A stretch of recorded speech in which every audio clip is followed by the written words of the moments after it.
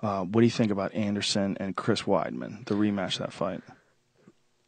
I think this time, obviously Chris, can beat him. I think, but I don't think he's going to. I think Anderson's going to blast him quick. Really? I saw a turn in that second round where I thought that the tide had completely turned, and Anderson does the same thing he always does, and it's 1, 2, dip. He just because it's MMA, guys don't know how to box very well. It's just a straight basic 1, 2. Okay?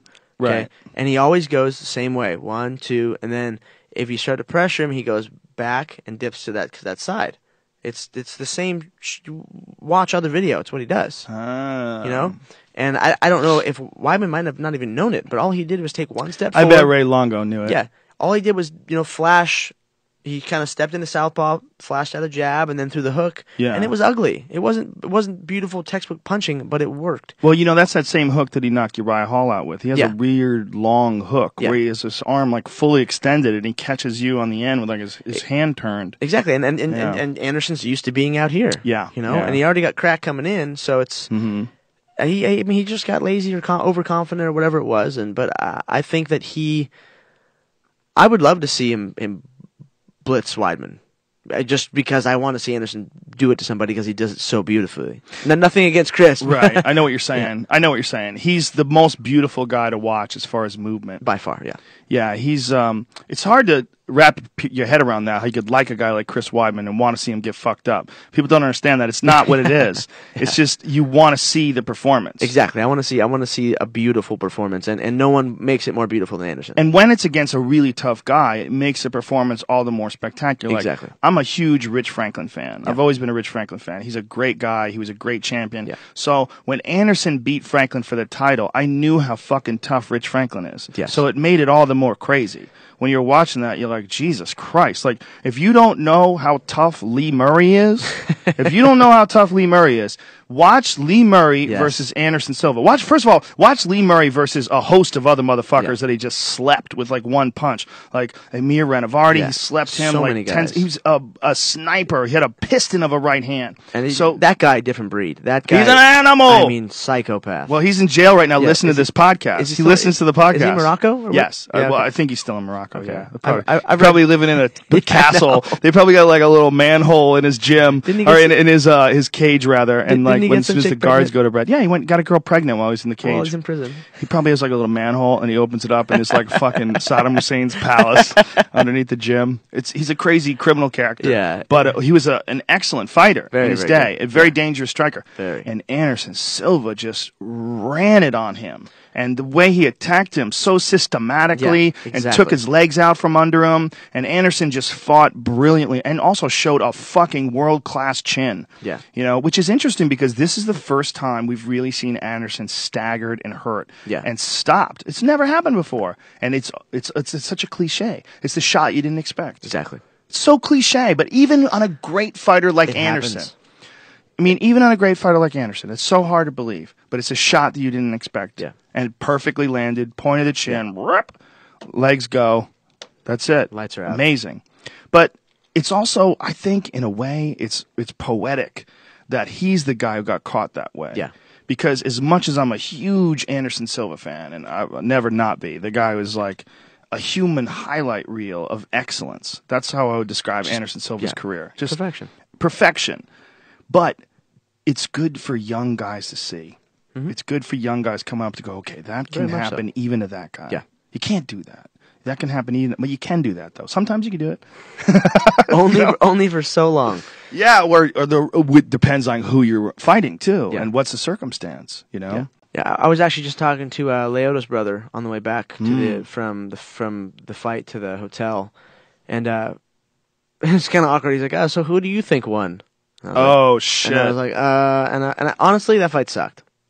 It wasn't the best fight, but I enjoyed it. It was. I wouldn't say that fight sucked. It was just, I don't know. I didn't like it very much because I think that neither of them did enough to really win that much. I mean, it was a toss up. It was just not exciting to me. Maybe. Oh, you're so crazy. I thought it was very exciting. It was just. Oh, you're so crazy, Ian McCall. It was just one of those things that, I mean, it had flashes of brilliance. Both guys are awesome. I like both guys a lot. It just was a bad matchup. It didn't work out well. You know what I think? I think that it wasn't as exciting as it could have been because not a lot of action took place. But to me, it was very entertaining because I was watching a puzzle take place. That's true. And I was watching it trying to be solved. I was watching Phil Davis try to hit the takedown. Yeah. I was watching Lyoto try to defend and land shots. Blitz him. And Phil Davis landing shots of his own. You know, and it's interesting, you know, if it was just a kickboxing match, I would be curious to see how it would have gone down. Yeah. But you throw in the wrestling, and, you know, Davis accounted himself very well on the feet, which I think surprised a lot of people. You know, you look at the way Machida knocked out Ryan Bader. You look at the way Machida knocked out Thiago Silva. Machida's used that sniping style on some really highly skilled strikers and fucked them up. Badly. You know, especially the Thiago Silva fight. I mean, whew. And Bader, man, he caught him with that one punch coming in. I mean, he's a bad motherfucker as far as his counters. And Phil Davis didn't really take any of them full clip. You know, he avoided, he took some shots, but he rolled with a lot of them. He had good defense, took a good shot, showed good chin. Movement. He was constantly, he never was squared up. He was constantly moving back and forth and had good head movement. But, you know, I think Machida landed more strikes. Oh, yeah. You know, so it becomes a matter of what's more important. Is the takedown more important? But when you hit a takedown, how much damage was actually accomplished during a takedown? Exactly. Do you feel like there's like an overhaul that needs to be done of the scoring? Oh, yeah. System? They definitely need to figure this out because there's been so many. I mean, put my shitty call aside. I mean, there's been so many that are bad. Yeah. That, I mean, they need to have maybe it's a scoring system where a takedown is this much, you know, but it just has to be like thought over by a big group of people to just figure out every angle, you know, and because people are going to keep on getting screwed no matter what. And for folks who don't understand, again, we talked about if you're not like a fan of the sport, the state athletic commission's the one who choose the judges. And, you know, the rules are in place essentially like piggyback from boxing. Yeah. They took the 10-9 system. So one fighter, if they win, they get 10 points. If they lose the round, they get 9 points. And the difference is in a boxing match, there's 10-9 and then there's 10-8 if there's a knockdown. It's like it's easier to define. 10-7 if there's 2 knockdowns. Yeah. It's pretty easy to define. It's very rare that a fighter gets knocked down but wins the round. Whereas in MMA, you're dealing with a longer round, and you're dealing with all these other variables, kicks and takedowns and near submission attempts. If a guy like peppers a guy with strikes and then he gets taken down, but absolutely nothing happens while he's on the ground, he just ties the guy up. How much damage does he take, and is it equal to all the punches that he landed before he was taken down? It becomes a weird situation of like what's worth more, forcing the fight into the area where the fighter wants it, whether it's through a takedown, or forcing the fight by standing up and landing strikes, by stopping the takedown. Right. What's worth more? Is it a takedown or defending yourself and attacking from the guard and getting a near submission? Yeah. Like if a guy takes you down, but you almost get him in a triangle, like, does a judge really know how to score that correctly? It gets tricky, right? Especially not some random person who got their job just because they know. They know someone who works there. Yeah, I mean, I'm sure they teach them some stuff, but my take on it has always been there's so many fans out there that would love that gig, and they're like huge fans of MMA and would do a good job. A much better job. Yeah, I think it should be like a Yelp thing, an internet Yelp thing. We should do that at the UFC from now on. We should do online vote. Give them an opportunity for an online Metro PCS vote. Metro PCS, let's make this happen. Yes. Maybe a Bud Light vote? Bud Light doesn't like us anymore. The culinary union got rid of them. Ooh, I think it's Bud Light. Or is it Miller? Whoever it was. I don't know. Overeem and Browns this weekend too, man. I want Travis to win because I'm friends with him. But can he? I mean, Overeem's too cocky. You know, maybe we saw that in the Silva fight. He got knocked out. He's a better fighter technically than I think just about anyone in the heavyweight division. If you break down just about each aspect, but I don't know if he's lazy or what it is. Does he gas out? It's just there's something wrong with him. Well, I think he also has to deal with his hormones. I mean, of course. There's a reality of that. Yeah, let's be honest here. Yeah, you can't not talk about that. Exactly. He had a completely different shape to his body when he came back after testing positive for testosterone. Yeah.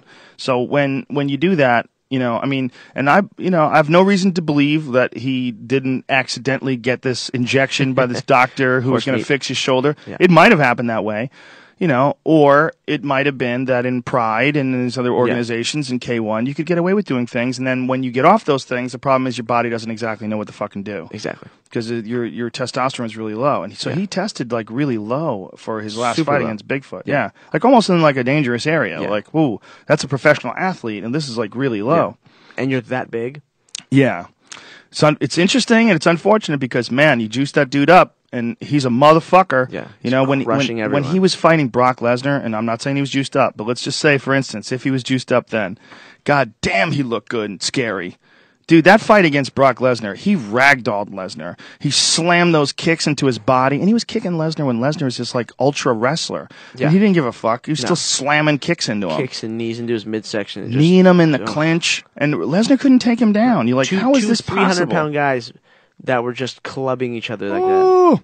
Dude, whatever he was on, let's say he was on nothing. Yeah. Whatever, that shape that he was in back then, that's the scary Overeem. Yes, it is. That's the Overeem that everybody thought was going to be the greatest heavyweight of all time. Just wicked ground game, submits Vitor Belfort, wins the Abu Dhabi trials. Yeah. I mean, he's a motherfucker. He won the Europeans as a grappler, just a straight grappler.